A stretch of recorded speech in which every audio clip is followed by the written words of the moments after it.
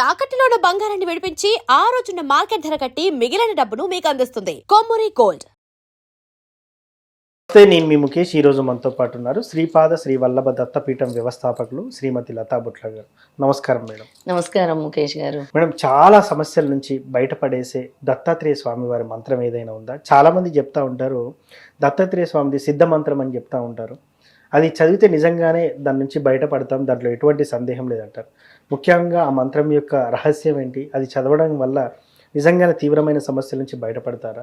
దాని గురించి వివరించి. సీరియస్ ప్రాబ్లమ్స్ నుంచి కూడా బయటపడొచ్చండి దత్తాత్రేయ స్వామి ఆరాధన చేస్తే.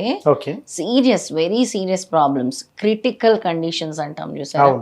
ఇంకా మాకు వేరే దారి లేదు. చాలా క్రిటికల్ కండిషన్స్, క్రిటికల్గా హాస్పిటల్స్లో ఉండే వాళ్ళ కోసం కానీ, తీవ్రమైన సమస్య, వెరీ సీరియస్ ప్రాబ్లమ్ అనే దానికి దత్తాత్రేయ స్వామి ఆరాధన చేయటం వల్ల దత్తాత్రేయ మహాసిద్ధి మంత్రం ఉంది. ఆ మహాసిద్ధి మంత్రం చెప్పే ముందు ముఖేష్ గారు, ఎవరైనా సరే దత్తాత్రేయ ఆరాధన చేయడం మొదలుపెట్టినప్పుడు ముందుగా ఓం శ్రీ గురుదేవ దత్త అనే మంత్రంతో మొదలు పెట్టాలి.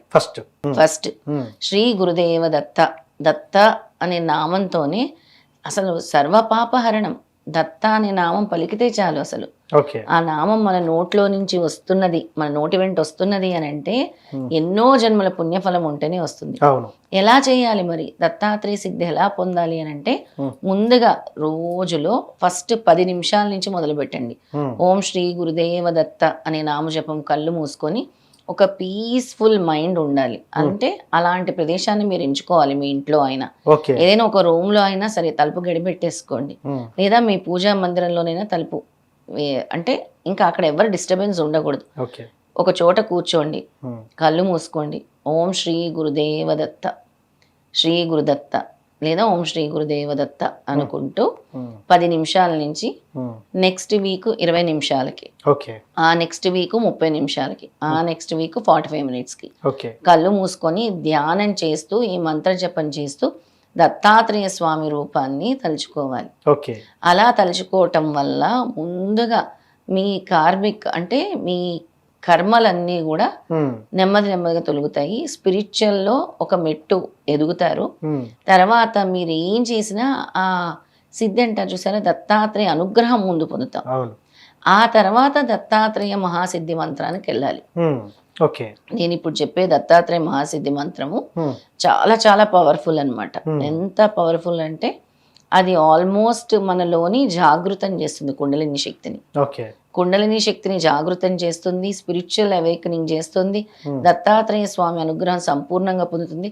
ఇది ఒక శక్తిని అవేకన్ చేయటం, మనలోని ఒక శక్తిని జాగృతం చేయటం, దాన్నే కుండలిని శక్తి జాగృతం చేయటం అంటారు కదా. మనలోని ఒక్కొక్క చక్రం కూడా, మనకి చక్రాస్ ఉంటాయి కదా, ఒక్కొక్క చక్ర కూడా అవేకనింగ్ అవుతూ వస్తుంది అనమాట. దీన్ని ముందు మనం పట్టుకోవాలి అంటే ముందు దత్త సాధన ఓం శ్రీ గురుదేవ దత్తతో మొదలు పెట్టాలి. 10 నిమిషాలు, 20 నిమిషాలు, 30 నిమిషాలు, 40 నిమిషాలు పెంచుకుంటూ వెళ్తూ వెళ్తూ సాధన చేస్తూ ధ్యానం చేస్తూ స్వామి రూపాన్ని ఇక్కడే పెట్టుకోవాలి. అక్కడే నిలుపుకుంటూ తర్వాత నేను ఇప్పుడు ఏదైతే దత్తాత్రేయ స్వామి మహాసిద్ధి మంత్రం చెప్తున్నానో దాన్ని చదువుకోవాలి. ఈ మంత్రము ఓం శ్రీం, ఓం శ్రీం, శ్రీం అంటే లక్ష్మీదేవి, హ్రీం, ఓం శ్రీం హ్రీం క్లీం గ్లౌం ద్రాం, ఓం శ్రీం హ్రీం క్లీం గ్లౌం ద్రాం, ఓం శ్రీం హ్రీం క్లీం గ్లౌం ద్రాం అని. ఇది రోజు అంటే ఆల్మోస్ట్ 108 టైమ్స్. ఇది 6 సిలబస్, 6 సిలబస్ మంత్రం. 108 టైమ్స్ 10 మాలలు చేయాలి. అంటే వెంటనే మీకు ఆ సీరియస్ ప్రాబ్లం నుంచి బయటపడాలంటే 10 మాలలు రోజుకి, 10 మాలలు చేయాలి. 41 డేస్ చేయాలి, 41 రోజులు 10 మాలలు చేయాలి. రోజు ఈ విధంగా చాంటింగ్ చేసుకోవాలి. ఇది 6 సిలబస్ మంత్రం దత్తాత్రేయ స్వామి వారిది. అప్పుడు మీకు మీ ఒంట్లో శక్తి జాగృతం అవటం, ఒక కరెక్ట్ రైట్ పాత్, అంటే చాలా సీరియస్ ప్రాబ్లం ఉన్న వాళ్ళైనా చేయొచ్చు ఈ మంత్రాన్ని. లేదా మేము భగవంతుడికి చాలా దగ్గర అవ్వాలి అనుకుంటున్న వాళ్ళైనా ఈ మంత్రాన్ని చేయొచ్చు. లేదు టెస్ట్ చేద్దామని చేయిస్తే మాత్రం ఈ మంత్రం ఫలించదు. అది చాలా ఇంపార్టెంట్ గా చెప్తున్నాను. Yes. టెస్ట్ చేయడానికి మాత్రం ఈ దత్తాత్రేయ మహాసిద్ధి మంత్రం చేయకండి. ఎవరు కూడా అలా చేయొద్దు అసలు. ఎందుకంటే ఉన్న సమస్యను పోగొట్టుకోవడానికే ఏదైనా మంత్రాన్ని కానీ రెమెడీని కానీ వాడాలి, కానీ టెస్ట్ చేయడానికి వాడొద్దు, అస్సలు వాడకూడదు. అలాగే దత్తాత్రేయ మహాసిద్ధి యంత్రం కూడా ఉంది.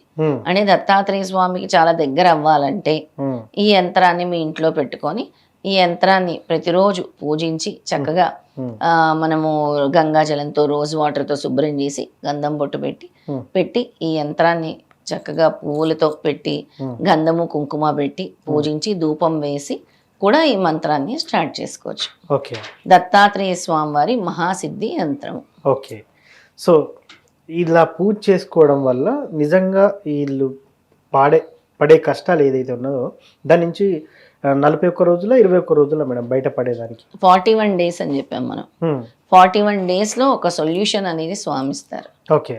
ఇక్కడ కావాల్సింది నిశ్చలమైన భక్తి అంటారు చూసారా, అవును. అలాంటి భక్తి అంతఃకరణ శుద్ధి అని ఎప్పుడు నేను చెప్తూ ఉంటాను.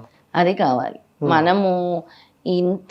మనము పూజ చేసినా, ధ్యానం చేసినా, జపం చేసినా, ఒకరికి హాని తలపెట్టాలని చూసినా, ఒకరిని మోసం చేయాలని చూసినా, ఒకరిని ఏదో ఒక విధంగా పడగొట్టాలని చూసినా, లేదా ఒకరిని తిట్టినా, దూషించిన వాళ్ళ కర్మలు తీసుకున్నా, ఇలాంటివి మాత్రం స్వామి అసలు ఉపేక్షించరు.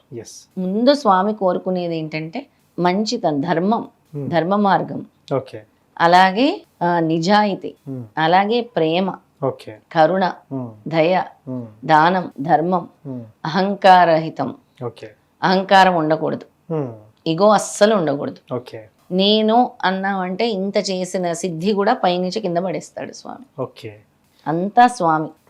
విపరీతమైన కష్టాలు ఉన్నవారు స్వామివారికి సంబంధించిన మంత్రం ఎలా చదవాలి, దానికంటే ముందు ఒక మంత్రం చదివిన తర్వాత ఈ మంత్రం చదవాలని కూడా చెప్పారు మేడం.